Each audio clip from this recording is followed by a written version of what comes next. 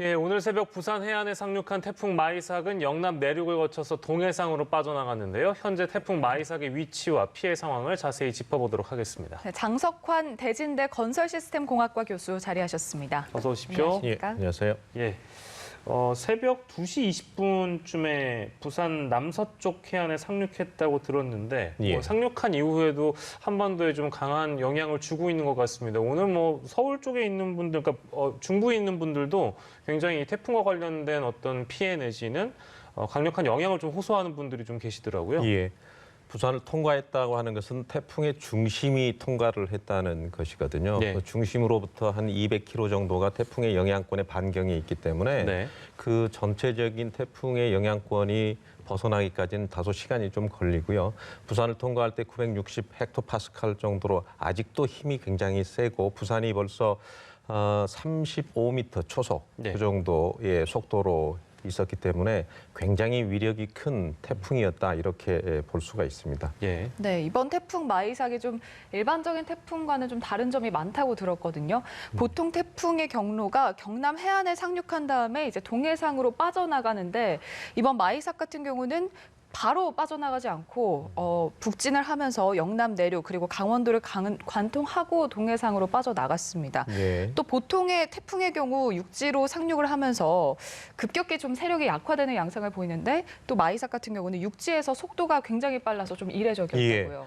보통 태풍이 이 고온 다습한 에너지를 충전을 해서 진행을 할 때 차가운 바다를 만난다든지 혹은 육지를 만나게 되면 에너지를 많은 양을 방출을 하면서 굉장히 약해지는데 이번 태풍은 짧게 오면서 굉장히 세력이 일단 너무 에너지가 크고요. 두 번째는 중심 이동 속도가 너무 빨라서 충분히 에너지를 방출할 수 있는 그런 여건이 갖춰지지 않기 때문에 한반도를 통과하면서 많은 양의 에너지를 같이 가지고 가면서 통과했기 때문에 굉장히 큰 세력을 유지하면서 가졌고 북쪽에 있는 약간의 저기압 세력이 또 빨아들이는 효과 이런 부분들이 같이 겹쳐서 굉장히 큰 위력을 가지고 갔다고 볼 수 있습니다. 네, 이례적인 건 분명한 것 같고요. 수도권의 비바람이 지금 잦아들지 않고 있는 그런 상황이라서 이제 아무래도 비가 언제까지 계속될 건가라는 이제 궁금증이 많은 분들이 가지실 것 같습니다. 어떻게 예. 좀 전망하세요? 보통 이제 고온다습한 태풍의 비구름을 가지고 오면서 이제 왼쪽에는 우리 이제 중국 쪽, 대륙 쪽에는 차가운 고기압이 있기 때문에 이 차가운 세력과 고온다습한 이 태평양에서부터 불어오는 이 저습한 구름대가 서로 만나면 그 지점이 우리 이제 수도권 쪽에 아직도 남아 있기 때문에 그 지역을 중심으로 해서 한 100mm에서 많게는 200mm까지 기상청에서 예보하고 있는데 예. 그런 어떤 양쪽의 세력에서 만나는 어떤 그 기압골이나 전선의 영향 때문에 수도권에도 앞으로 비가 좀 더 올 것으로 예상이 됩니다. 예. 네, 또 이 마이삭이 많은 비를 뿌리기도 했지만 바람도 매우 강했거든요. 그렇습니다. 제주 예. 고산에서는 또 최대 초속 49.2m의 강풍이 관측되기도 했습니다. 바람이 좀 강했던 것 같아요. 이번 태풍은 특별히 이 앞번의 바비하고는 좀 다르게 네. 바람과 폭우가 같이 동반된 그런 태풍이라고 볼 수 있고요.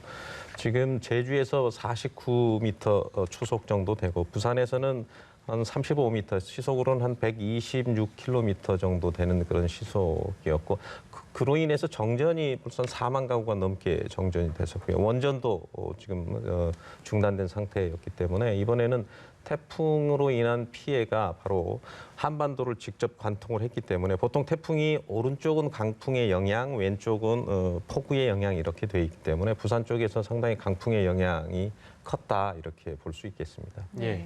그 인명 피해에 대한 부분 상대적으로 비교를 해본다면 태풍 마이삭의 진로가 이제 2003년 매미와 좀 비교를 해서 많이 거론이 됐는데 당시 인명 피해가 굉장히 컸다고 들었습니다. 130명 정도의 사상자가 발생했는데 이번엔 상대적으로 좀 피해가 적어서 그 배경엔 뭐가 어떤 이유가 좀 있다고 봐야 될까요?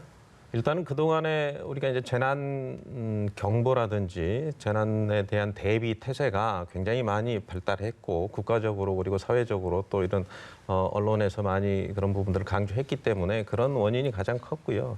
두 번째는 이제 사회 간접 시설이 그만큼 많이 투자가 돼서 네. 우리가 그 정도는 감내할 수 있는 정도의 여러 가지 이 간접 시설물들이 많이 발전했다. 그래서 2002년에 루사 때는 주로 폭우에 의해서 많이 이 피해가 입었고요. 동해안에 한 870mm 정도 왔기 때문에 저수지가 터지는 현상도 있었고, 매미 때는 2003년도에는 그때가 아마 추석 때로 기억을 하는데, 그때에 한 60m 넘는 그 정도의 강풍으로 인해서 해일부터 시작해서 폭우로 아니 강풍으로 인해서 생길 수 있는 모든 피해는 다 있었다. 예. 그렇기 때문에 지금하고는 조금 더 강하고 준비가 덜 된 상황이었다는 것이 좀 차이가 있을 수 있습니다. 예. 네.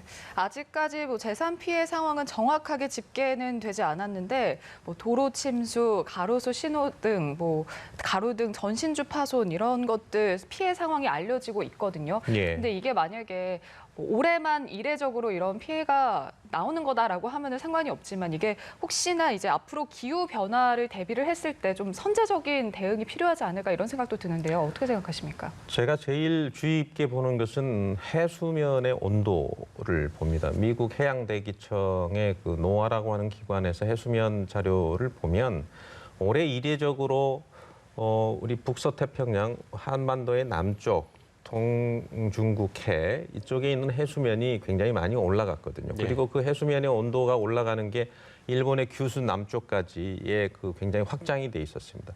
그래서 30도가 넘는 해수면의 온도가 일본 규슈까지 한 6월 말 7월까지 올라왔기 때문에 그 상대적으로 굉장히 강하고 습한 저기압이 발달할 수밖에 없는 그런 조건이고, 그래서 바비도 그랬고 이번에도 그랬고 굉장히 짧은 기간에 숙성된 에너지가 한꺼번에 올라올 수 있는 그런 에너지가 발달할 수 있는 그런 여건들이 앞으로 굉장히 갖춰질 수 있다. 네. 따라서 그런 기후변화의 영향으로 인해서 짧고 굵은 태풍이 많이 발전할 수 있고, 또 하나는 오른쪽에 있는 태평양에 굉장히 큰 고기압 세력이 자리 잡고 있으면 태풍이 왼쪽으로 밀려가게 돼 있거든. 과거에 주로 태풍들은 오른쪽으로 꺾여서 일본 쪽으로 많이 갔었는데 네. 지금은 한반도 쪽으로 올 수 있는 가능성이 오른쪽에 있는 태평양에 있는 고기압 세력이 큰 산맥처럼 이렇게 버티고 있기 때문에 예. 그 길을 뚫지를 못하고 직진으로 올 수 있는 가능성이 상당히 크다. 예. 그래서 앞으로는 일본보다 우리가 더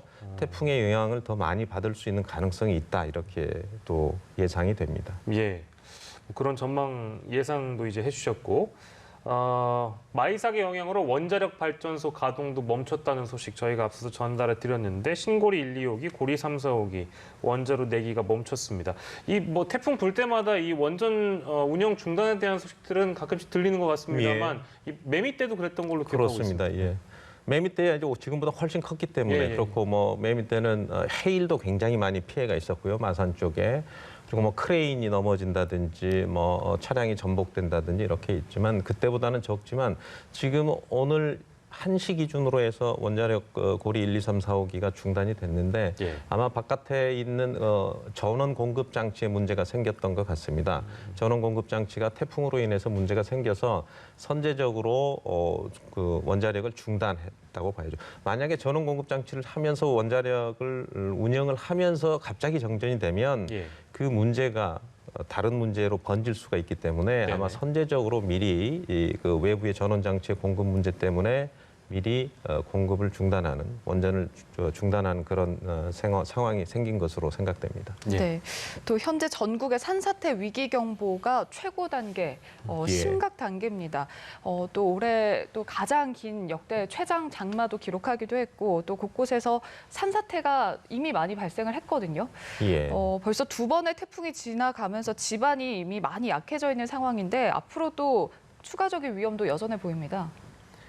올해 장마가 54일이라는 뭐 최장 기간의 장마가 있었지 않습니까? 네. 그렇다면 이미 지반은 많은 물을 머금고 있는 포화 상태로 되어 있는 상태에서, 그러니까 지반이 약해져 있는 상태에다가 흙과 물이 같이 있으면 무게가 더해지는 상태거든요. 그래서 외부에 다른 힘이 생기거나 아니면은 집중 강우가 또 발생을 하면은 산사태 위험성이 그만큼 증가되는 거거든요. 그래서 이번에 전체적으로 총량이 한 300mm 이상 오는 지역, 그리고 시간당 강우가 한 30mm, 특히 10분 강우 강도가 한 10mm 이상 오는 데는 산사태가 굉장히 위험한 지역이기 때문에 과거에 절개를 했던 지역이라든지 개발을 했던 지역이라든지 이런 부분들을 중심으로 해서 굉장히 주의를 요할 필요가 있고 그것은 지금 태풍이 지나간 이후에도 지금 굉장히 약해진 집안에서 산사태가 일어날 가능성이 있기 때문에 태풍이 지나갔다고 해서 이 부분에 대한 경계를 늦춰서는 안 될 것입니다. 예.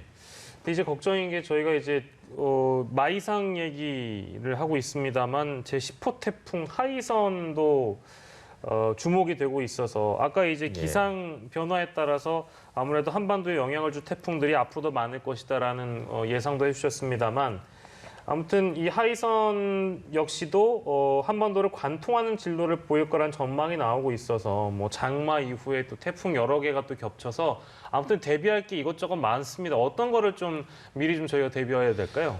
벌써 하이선이 굉장히 좀 우려스러운데요. 예. 오늘 이제 진로가 조금 변경이 돼서 원래는 큐슈를 통과해서 우리나라에 오기로 돼 있는데 네.